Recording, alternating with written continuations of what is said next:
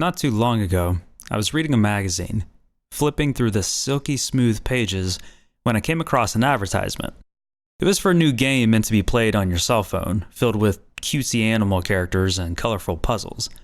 At the bottom of the ad was a box that said, "Get it on the Google Play Store." I instinctively tapped on it with my finger, several times in fact. I don't know what I was expecting. Maybe the game would just pop up in front of my face like a hologram from a science fiction movie, but it didn't, of course, because it was paper. This made me realize just how much technology had changed my world. The way my brain interacts with such normal objects like magazines had been influenced by the screens that now live in my house and in my pocket. And I'm not alone. Welcome to the Reconnecting Roots podcast, where we look at the past, present, and future of American progress and culture, discovering our values along the way. I'm your host, Ryan Estabrooks. I'm Gabe McCauley, host of the TV series Reconnecting Roots. In the television show, we look at the broad overview of a topic. But here on the podcast, we're able to do more of a deep dive. And I'll be your guide throughout our story today. And I'll be out in the field, gathering insights from people all across America. And today, we're looking at our relationship with technology. Are we too dependent on it, or is it making our world a better place?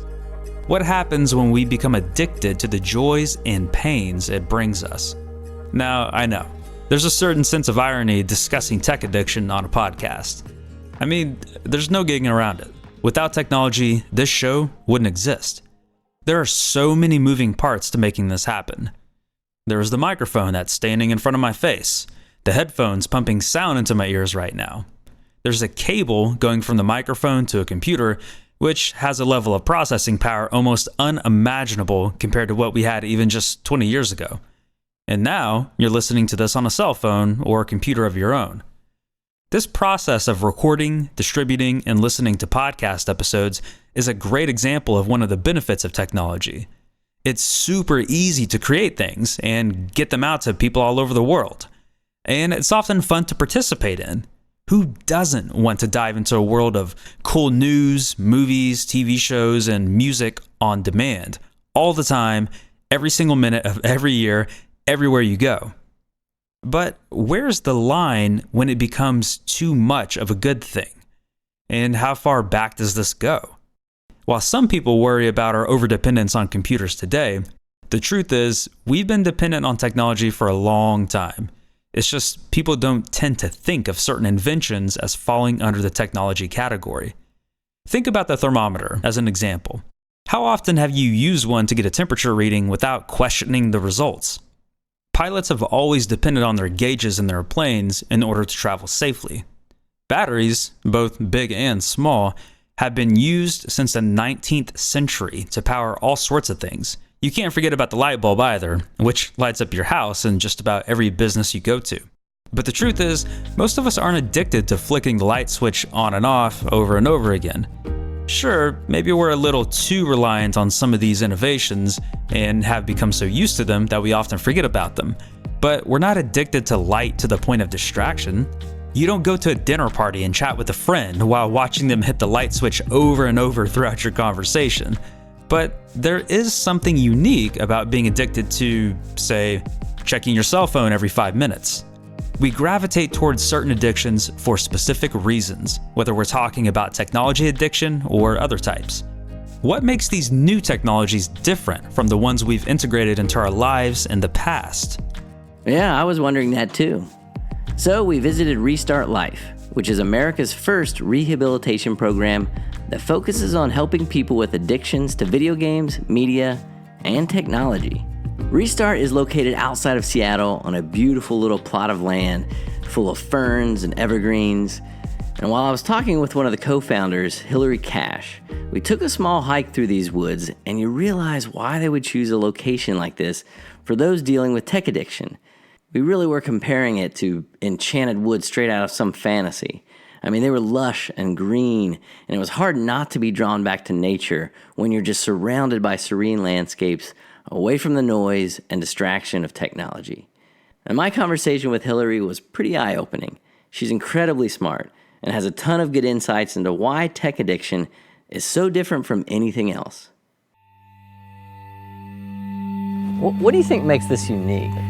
Anytime there's a life stress or a moment of boredom or a feeling of loneliness or something painful, we have this immediate thing we can distract ourselves with that, we're carrying around in our hip pockets. Sure. So it's very, very easy to overuse this. She touches on something we can all probably relate to: being able to busy ourselves when faced with life. One of the benefits of having a cell phone is you can take it with you wherever you go. Over time, as more features are stacked on every year, it's becoming more of a drawback. 50% of teenagers in America reported they feel they're addicted to their phones. The average adult checks their phone 110 times a day. Is there anything else you can think of that you might do more than 100 times a day besides breathing? We place such an emphasis on our cell phones that half of adults sleep with their phones close by. I have to admit, I fall into this category myself, now that my phone has replaced my alarm clock and sometimes even acts as my white noise machine, soothing me to sleep. So why are we becoming so dependent on this relatively new piece of technology? Part of the reason is because cell phone addiction is similar to one of the world's oldest addictions: gambling. According to technology experts, cell phone addiction and gambling addiction share the same sense and excitement of being randomly rewarded. In gambling, you don't know if you're going to win or lose, or how much money you'll take home or have to give away. With cell phones, the reward is essentially the random texts, emails, and social media updates we may find at any given moment. And you don't know if those texts or updates will be disposable, or if you may come across something that changes your life. These rewards activate small hits of dopamine, which is a chemical in our brain that helps give us a feeling of pleasure. So naturally, when you feel good, you want to keep that feeling going. 1 second, you're replying back to a text, and then 30 minutes later, you've scrolled through 10 pages of memes on Google. When the cycle starts, it's hard to step off the ride. And when you do finally step off, you might experience negative feelings, such as depression and anxiety, which makes it easier to justify using technology even more.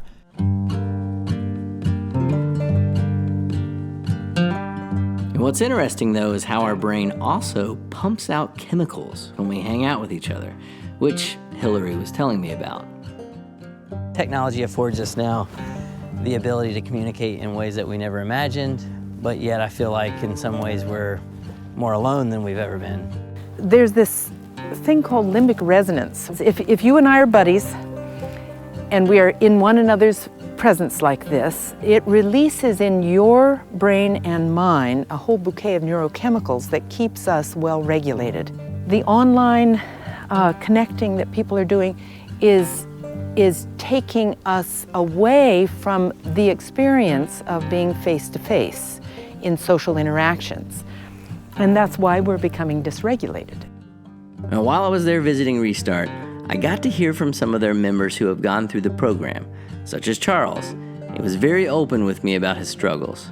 I'd faced a lot of consequences in my life because of my technology use, particularly video games was kind of my drug of choice. Video games was something mentioned over and over again at Restart. I mean, it makes sense, given that the video game industry brought in almost $135 billion worldwide in 2018.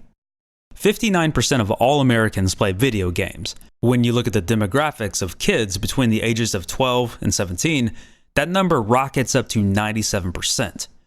The average gamer spends nearly 6 hours each week playing video games, and 12% of gamers claim they're addicted. Because video game and technology addiction is such a new thing, it's been harder to diagnose than more long-standing addictions like alcohol, drug abuse, and gambling. Which also means it can be hard to know when you're addicted yourself. It can be a gradual thing, where maybe an hour or so per day just keeps going up and up. Although there can certainly be events that trigger it. Was it gradual for Charles, or was there something big that happened? It was more gradual for Charles. When he looks back on his addiction, he can trace the start of it to a time when he was house sitting for his brother. He said that when he walked through the home, he came face to face with the progress his brother had made in his life, which made Charles reflect on his own. I kind of started realizing that I was 27 years old, and I was really no closer to completing any of my life goals than I was 5-10 years prior. And it was something that I wasn't equipped to handle emotionally. And the only thing I knew to handle it was to start gaming again. And so I downloaded all my games onto my work laptop, and I spent literally the entire week gaming. I only left his house twice, and both times was only to get food so that I could go back and continue gaming all day, every day, so I wouldn't have to think about myself as a failure, basically. Did you notice how Charles casually mentioned he downloaded his games back onto his work laptop? One thing that technology has done over the years is change the way we can access our media. For a long time, the only way you could get new games was to drive out to a store and buy one. Eventually, places started renting them, just like VHS tapes. But even then, they didn't always have the game you wanted in stock. Or they were simply closed when you wanted to play a new game. I myself remember several frustrated nights during the summer in junior high when I beat a game at night and was stuck waiting until the next day in order to exchange it. When internet speed started increasing, game companies were able to solve this problem, pay money, and instantly start downloading the game. And for many out there, it's an incredibly convenient solution. But having such easy access removes the barriers that could have made it harder to act on an addiction. After a while, Charles realized he had a problem, but he had trouble knowing what to do about it or who to contact. Were you able to recognize that you had a problem, or did you have family or community that sort of helped you recognize that? I really realized I'm an addict. I can't control this, and I don't know what to do to free myself from it. And so I actually started planning suicide at that point. And I ended up just getting really, really lucky in that my parents came to visit me and my brother in Virginia. They surprised me by just showing up at my apartment, and it was very obvious that things were not going well. They didn't know that I was planning suicide at the time, but they basically just sat down on the couch with me and said, hey, we can tell you're gaming again, you don't even need to say it. And clearly this is a more serious issue than what we've been treating it as, so what do we need to do to beat this? I broke down and admitted that, yeah, I was, and I couldn't figure it out on my own. I had tried twice and failed both times. And at that point they said, well, would you be willing to go into treatment if we can find somewhere? And I said, yeah. And that was when we ended up finding Restart. At Restart, members participate in a number of activities that are designed to reacquaint them with life outside of digital screens. The house they stay in has a garden right outside, where members will spend time cultivating crops that they use in their meals. And these meals are also treated as a special bonding experience, where everyone learns how to properly make food for themselves and others around them. The dishes are split up amongst the group so that one person might be flipping burger patties, while another roasts mushrooms or makes the salads. After all the cooking is done, the food is dished out and passed around to everyone at the dinner table during a communal meal. It's a callback to earlier memories in America of everyone gathered around a dinner table. No TVs taking up our attention, no plates being carried up to a bedroom to eat alone. They participate in a daily exercise routine, not just to get their minds and bodies in better shape, but also as a way to give them short-term goals to focus on. Video games are especially good at giving you a sense of leveling up, granting you tiny upgrades here and there, always having something else around the corner to keep you playing. With exercising, Restart allows them to channel that way of thinking into something real and physical. They even have leaderboards so they can see how they're doing compared to their peers, not unlike online game rankings they were used to checking out every day. I got to participate for a day as if I was enrolled in the program, which meant I was able to do some gardening, listen in on a group counseling session, prepare a meal together, and get my exercise on. And I was surprised at how hardcore the workout was. I mean, granted, I'm not in the best of shape, but I was sore for a couple of days after that. And it made me just realize how important your physical health is to your mental health. And not only are these kids getting in shape, but they're getting in touch with nature. They're growing their own food and learning how to prepare it. Some of these things just seem so basic, almost primal, but it goes to show you how far removed from just basic life skills our modern day culture can sometimes be. When they're not farming or cooking or working out, sometimes they're just being bored. On purpose. They want them to get acclimated again to what life is like when you don't have gadgets to take up time that could be better spent thinking about your goals and your future. It can be hard at first and almost seem like a shock to the system. But over time, the members at Restart generally come to like this new way of life, as Charles explained. Finding a way to live and not need it has just been really freeing and really uplifting. Honestly, I've been a lot happier this past year and a half than I had in probably the last 2 decades beforehand.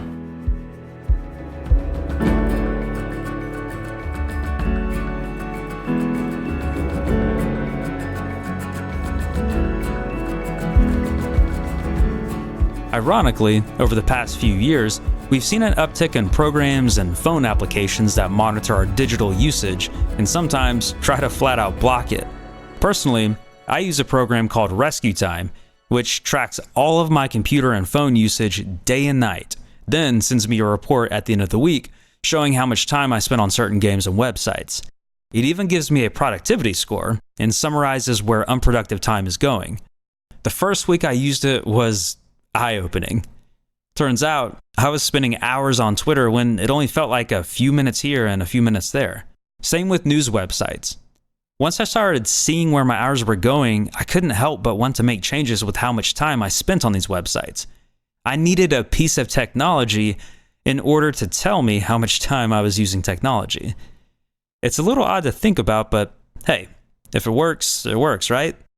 Another popular type of application are those that reward you for not using your phone.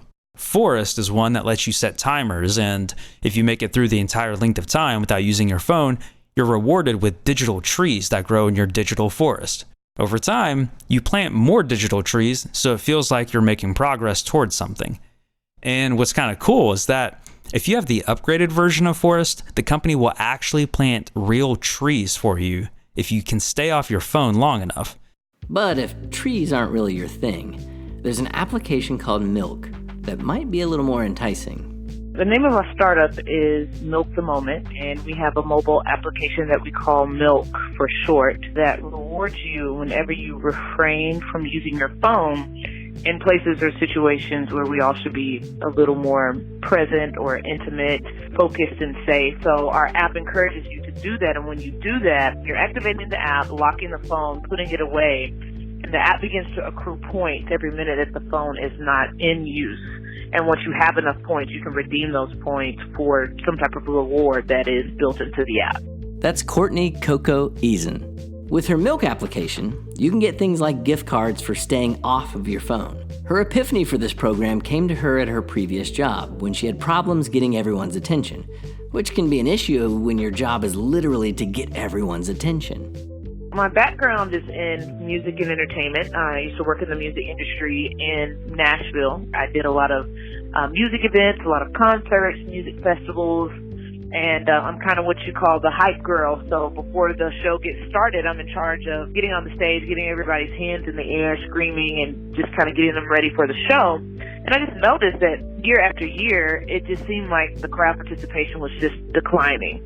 And I thought it was maybe me, maybe I was kind of losing my mojo until I reviewed some video footage and I saw that everybody was on their phone. Everybody was too busy texting, scrolling, taking selfies, or recording the entire event rather than being present. It not only frustrated me, it frustrated some of the celebrities that I was bringing out to my concerts. I mean, they were even asking me backstage, hey, could you do something to get everybody off of their phones? Could you make announcements?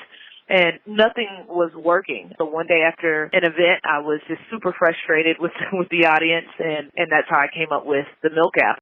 And sometimes, the goal isn't to eliminate technology completely. You don't have to spend your life in a cabin lit up only by candles, completely off the grid. Part of life is finding a good balance. Yeah, that's very true. After Charles left the Restart program, it was super important for him to find that balance and to hold himself accountable for his usage with technology. What does technology look like for you now, having realized that you need to set parameters? My technology use is a lot more monitored now than it ever has before. I don't play any form of video game. I don't even allow myself like Sudoku on my phone or a crossword or anything. I run monitoring software that will let my accountability partners know how much I'm using my phone and what apps I use, how long at any given time, so that I can't sit down and watch Netflix for 6 hours or something along those lines. I don't allow myself to use my computer in isolated scenarios, so it never goes in my bedroom. It's always out at the dinner table. And so it's really just a lot more awareness of how much I'm using technology, what I'm doing with it, and being open to feedback of anytime I'm doing something that I really probably shouldn't be doing on there. As time goes on and the technology we use ages, more studies are done and more issues come to light. Sometimes it's not about how much you use technology, but what you're using it for. As an example, recent reports have indicated that Instagram, the photo-sharing social media application with over 700 million users, seems to be the most damaging to your mental health. There is a tendency for users to only show the highlights of their lives, essentially curating their own image. This makes sense. I mean, who really wants to post a bunch of bad photos of themselves? Who wants to portray an image to the world that their life isn't that exciting?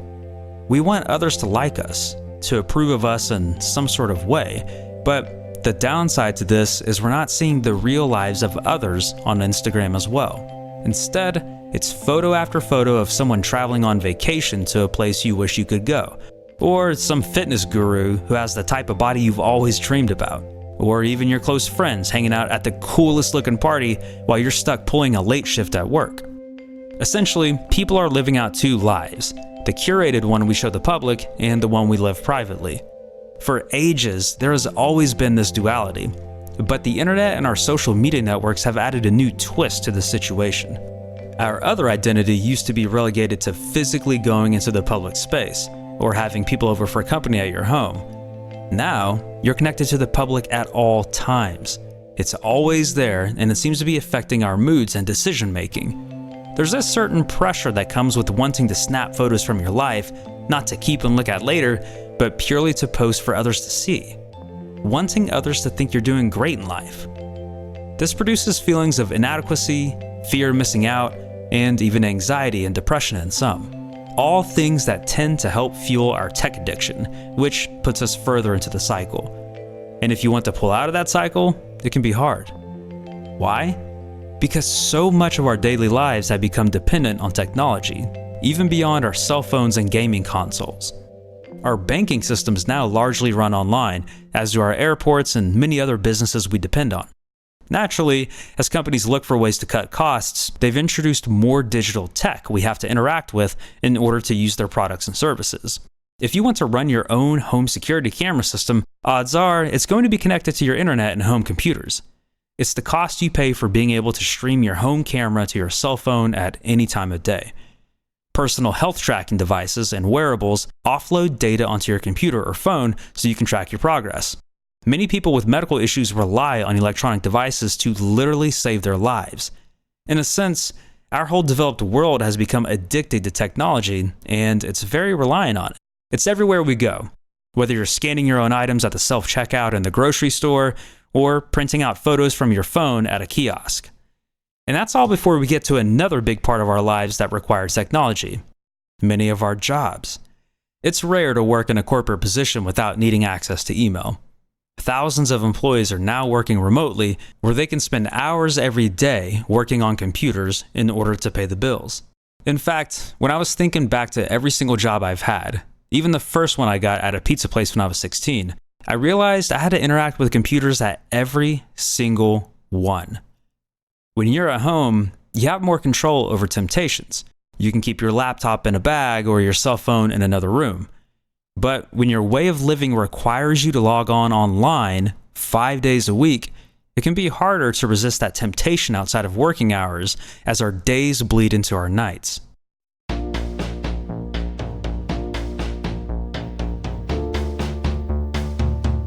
The good news about the times we live in is there's so much more awareness about our technology addiction now than there was 20, 30 years ago. When we first get our new, shiny toys, there's a tendency to go overboard for a while. We may not have understood the risks and negative consequences of our new gadgets, but we certainly have a lot more information about it now, thanks to the countless years of research being done all over the globe. Sherry Turkle is a professor at MIT who has spent much of her career focusing on how humans psychologically deal with technology. Her book, The Second Self, was published in 1984 and shed light on how technology can change the way we think, at a time when personal computing was just starting to become a thing. Since then, she's done a lot more research and continues to publish new findings. One particularly interesting discovery she found is how technology has changed the way we feel lonely. There's a great truth in psychology that if you don't teach your children to be alone, they'll only know how to be lonely. And this constant connection, our turning to our devices almost instinctively, that almost a panic of disconnection if we're not connecting. It worries me that we're only going to feel isolated if we're not going to learn how to have the kind of solitude that sustains us. Her more recent books shed light on this isolation and the effect technology has on our relationships. Thanks to the work of her and her colleagues, we can make more informed decisions about our tech usage because we know what the repercussions can be. And I think the very existence of places like Restart Life raises awareness and provides hope for those who feel like they may be alone in their struggles. When I asked Hillary about her thoughts on the future of tech usage, she had some ideas for us on how to do better. I certainly hope that people will more and more recognize that there's a problem and recognize as parents that they need to be more aware than they currently often are, and sort of how to help their kids grow up normally. And if they're adults and finding themselves falling into an addictive pattern, being able to recognize that and pull themselves out of it.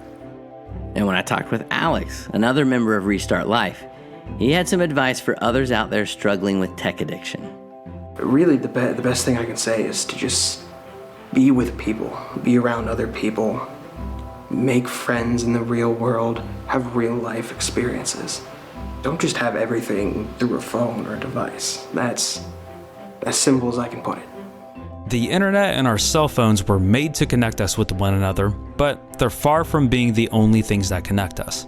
Our technology often works best when it's used as a starting point to facilitate something else in the real world. I've met some amazing people thanks to meetup groups I found online, both personally and professionally. I would have never met them otherwise. I've also come across some of my absolute favorite bands thanks to online recommendations. I didn't have to wait for a magazine to be written and printed about some new album.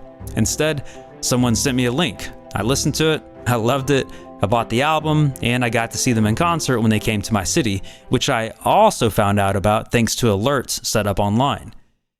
We're still looking for personal connections, the same exact thing humanity has been looking for thousands of years. Our interactions will surely change and morph due to new developments we ourselves create in the tech world. No one knows where this is all going. But at the end of the day, we're still people. That is, until we're turned into machines after the Robo uprising. But that'll never happen, right?